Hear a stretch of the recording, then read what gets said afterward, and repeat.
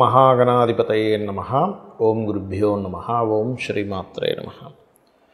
ప్రేక్షకులకి లలితాంబిక అమ్మవారి యొక్క అనుగ్రహం పరిపూర్ణంగా కలగాలని మనస్ఫూర్తి కోరుకుంటూ మనం ఈరోజు స్వప్నశాస్త్రరీత్యా 12 రాసుల వారికి లేదా 12 లగ్నాలు తీసుకోండి. మొట్టమొదటిగా లగ్నాలు కాకుండా లగ్నం తెలియదండి నాకు రాశి మాత్రమే తెలుసు అనుకునే వారికి కూడా ఇది పనిచేస్తుంది. మనకి ఒక్కొక్క రాశికి ఎటువంటి స్వప్నం వస్తే వారికి బెనిఫిట్గా ఉంటుంది, లేనట్లయితే ఇబ్బందికరంగా ఉంటుందా, దానికి చేసుకోవాల్సిన పరిహార మార్గాలు ఏమిటి అనేటువంటి అంశాలు తెలుసుకుందాం. అయితే ఇక్కడ మొట్టమొదటిగా ఏంటంటే స్వప్నం అనేటువంటిది ఒక ఎంట్రీ పాయింట్. అంటే మనకు చూడండి, దేవతలు వస్తుంటారు, వాళ్ళు పూజించే దేవతా స్వరూపం వస్తుంది, వాళ్ళ కొన్ని ఇన్సిడెంట్స్ వస్తుంటాయి, లేకపోతే పితృదేవతలు వస్తుంటారు, చనిపోయిన వాళ్ళు వస్తుంటారు. అమ్మవారు స్వప్నరూపేణ సంస్థిత, యాదేవి సర్వభూతేషు స్వప్నరూపేణ సంస్థిత అంటారు. అంటే స్వప్న రూపంలో కూడా అమ్మవారు ఉంటుంది. మనకి దాని మీద శాస్త్రమే ఉంది. కాబట్టి అసలు స్వప్నాన్ని అసలు ఎలా చూడాలి, దాని గురించి ఫుల్ డీటెయిల్స్ అండ్ ఏ రాశుల వరకు ఎటువంటి స్వప్నాలు వస్తే బాగుంటుంది అనేటువంటి అంశాలు చెప్తుంది నేనైనప్పటికీ కూడా చెప్పిస్తుంది సాక్షాత్ లలిత అమ్మవారిగా భావిస్తూ తెలుసుకుందాం. మేషం వారికి కనుక చూసుకున్నట్లయితే ప్రధానంగా వీళ్ళకి ఎటువంటి స్వప్నాలు రావడం వల్ల హెల్త్ ఇష్యూస్ కానీ అన్ఎక్స్పెక్టెడ్ థింగ్స్ కానీ ఎక్కువ ఇబ్బంది పడతాయి. ఎలాంటి స్వప్నాలు రావడం వల్ల మంచిది అని చెప్పి చూసుకున్నట్లయితే మొట్టమొదటిగా మీకు సూర్య భగవానుడు వచ్చిన ఎరుపు రంగు సంబంధించినవి ఏవైనా సరే స్వప్నాల్లోకి వచ్చిన, అది స్వప్నంలో డైరెక్ట్గా సూర్యుడే రావాలని రూల్ లేదు.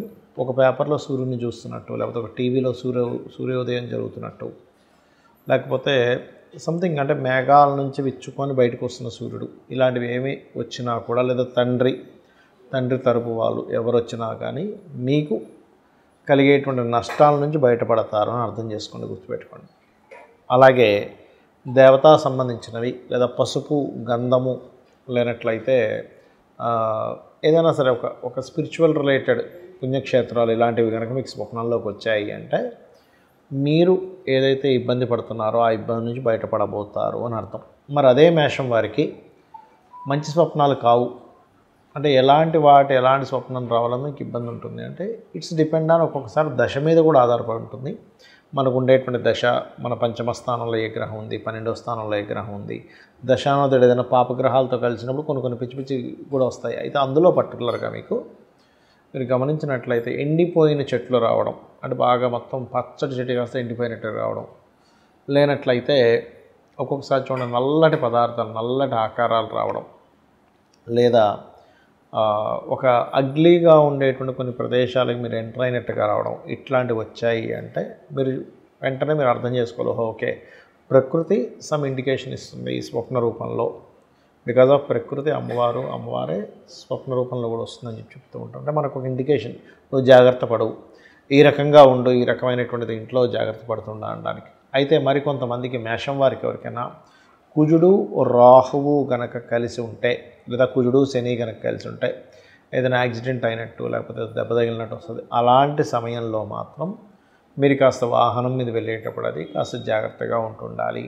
అలా కాకుండా కాస్త ఇందాక నేను చెప్పినట్టుగా కాస్త ఎండిపోయిన చెట్లు లేకపోతే ఎండిపోయిన ఆకులు ఇలా వస్తే మాత్రం వ్యాపారస్తులు జాగ్రత్తగా ఉండాలి, గుర్తుపెట్టుకోండి. ఇవి చేసుకోండి. మరి ఎవరికైనా స్వప్న సంబంధమైనటువంటి ఇబ్బంది వచ్చింది, అప్పుడు ఏం చేయాలి, అసలు ఆ స్వప్నాన్ని ఎలా దాన్ని డీకోడ్ చేసుకోవాలి, ఇలాంటి విషయాలన్నీ కూడా నేను మీకు చెప్తాను, అవి చూసుకోండి. అసలు మనకి ఏదైనా స్వప్నం వచ్చినప్పుడు దానికి స్వప్నశాస్త్రంలో ఉన్నటువంటి రూల్స్ ఏమిటి చూసుకున్నట్లయితే ఒకటే గుర్తుపెట్టుకోండి. వాళ్ళు చాలా క్లియర్గా చెప్పారు, మీరు ఉదయం పూట ఏదైనా చూసిన స్వప్నంలోకి వస్తే దాన్ని లెక్కలో తీసుకోకూడదు. ఎవరితోనైనా దాని గురించే మాట్లాడారు, ఏదో ఒక పులి గురించో లేకపోతే ఒక స్నేక్స్ గురించో రకరకాల డిస్కషన్స్ ఉంటాయి, దాని గురించి చాటింగ్ చేయడమో మాట్లాడడమో చేశారు, అది స్వప్నంలోకి వచ్చినా దాన్ని తీసుకోకూడదు. అలాగే మీరు దేని మీద అనుమానించారు అంటే అలాగా ఎవరో వచ్చేదో నన్ను ఏదో అటాక్ చేయబోతున్నారనో ఇంకా రకరకాలు ఉంటాయి కదా, అలాంటిది ఏదైనా అనుమానంతో మీరు నిద్రపోయారు, అది స్వప్నంలోకి వచ్చినా తీసుకోకూడదు. అంటే చూసినా మాట్లాడినా అనుమానం చేసినా ఆ యొక్క పనిలోనే పొద్దునుంచి ఉన్నారు. అంటే ఉదాహరణకి ఒక జూకి వెళ్ళి అక్కడేదో సమ్ స్నేక్ రిలేటెడ్ వాటిలో చూసారు, అప్పుడు అది అసలు వచ్చింది. అంటే ఏంటి, ఇక్కడ మీరు ఆ రోజంతా ఒక యాక్టివిటీలో ఉన్నా, ఒక యాక్టివిటీతో ఒక విషయంలో మాట్లాడినా, ఒక విషయంలో అనుమానించినా, దాన్ని స్వప్నంలో గనక వచ్చినట్లయితే దాన్ని మీరు అసలు దాన్ని పరిగణనలోకి తీసుకోవద్దు అని చెప్తుంది శాస్త్రం. ఒకటి ఇక రెండవ విషయం ఏమిటి అని చెప్పి చూసుకున్నట్లయితే ఇక్కడ శాస్త్రంలో ఉన్నటువంటిది మీరు ఆ స్వప్నం ఏ సమయంలో వచ్చిందో చూసుకోవాలి. అంటే అలాగా రాత్రి 9 నుంచి 12 మధ్యలో వస్తే అది ఒక 6 నెలలు పడుతుంది, ఒక్కోసారి సంవత్సరం కూడా పడుతుంది ఆ స్వప్నం గుడ్ ఆర్ బ్యాడ్ మీకు ఫలించడానికి. అలా కాదు 12 నుంచి 3 గంటల మధ్యలో వచ్చింది రాత్రి సమయంలో, అలాంటప్పుడు ఏంటంటే అది ఇంచుమించు ఒక 3 నెలల నుంచి 6 నెలల వ్యవధిలో అవుతుంది. 12 నుంచి 5 గంటల వ్యవధిలో వస్తే కనుక, అంటే 3 నుంచి 5 గంటల సమయంలో వస్తే కనుక మీకు అది ఆల్మోస్ట్ ఒక 1 మంత్ ఆఫ్ టైంలో, లేదు 5 నుంచి 6 మధ్యలో వచ్చింది, ఒక 10 days to 15 daysలో కూడా అవ్వచ్చు అది ఆ స్వప్నం యొక్క రిజల్ట్, అది గుడ్ ఆర్ బ్యాడ్. అలా కాకుండా తెల్లవారుజామున వస్తాయి కనుక 1 week నుంచి 10 days లోపల మీకు ఆ స్వప్నం యొక్క రిజల్ట్ వస్తుంది. ఇక్కడ అందరికీ అనిపించవచ్చు అదేమిటంటే నిజంగా స్వప్నశాస్త్రం ఉందా అంటే ఖచ్చితంగా ఉంది. ఎందుకంటే ఆ శాస్త్రం అనేటువంటిది ఉంది కాబట్టి మీరు చూడండి, మనకి పెద్దవాళ్ళు వస్తారు, చనిపోయిన వాళ్ళు వస్తుంటారు, అంటే ఒక ఎంట్రీ పాయింట్ లాంటిది. అయితే ఇక్కడ శాస్త్రంలో చెప్పింది ఏంటంటే మీకు స్వప్నం అనేటువంటిది ముందుగా ఇచ్చేటువంటి ఒక ఇండికేషన్. అయితే ఆ స్వప్నం ఎలా వచ్చిందనేది తీసుకోవాలి. ఇప్పుడు అగ్ని వస్తే మంచిది అంటాం, అంటే అది ఎలా వచ్చింది, ఊరంతా తగలబడిపోతూ వచ్చింది, ఒక ఇల్లు కాలిపోతున్నట్టు వచ్చింది, అలాగే మీకు చేతిలో ఒక చిన్న కాగడా రూపంలో వచ్చింది అగ్ని, అది చూసుకోవాలి.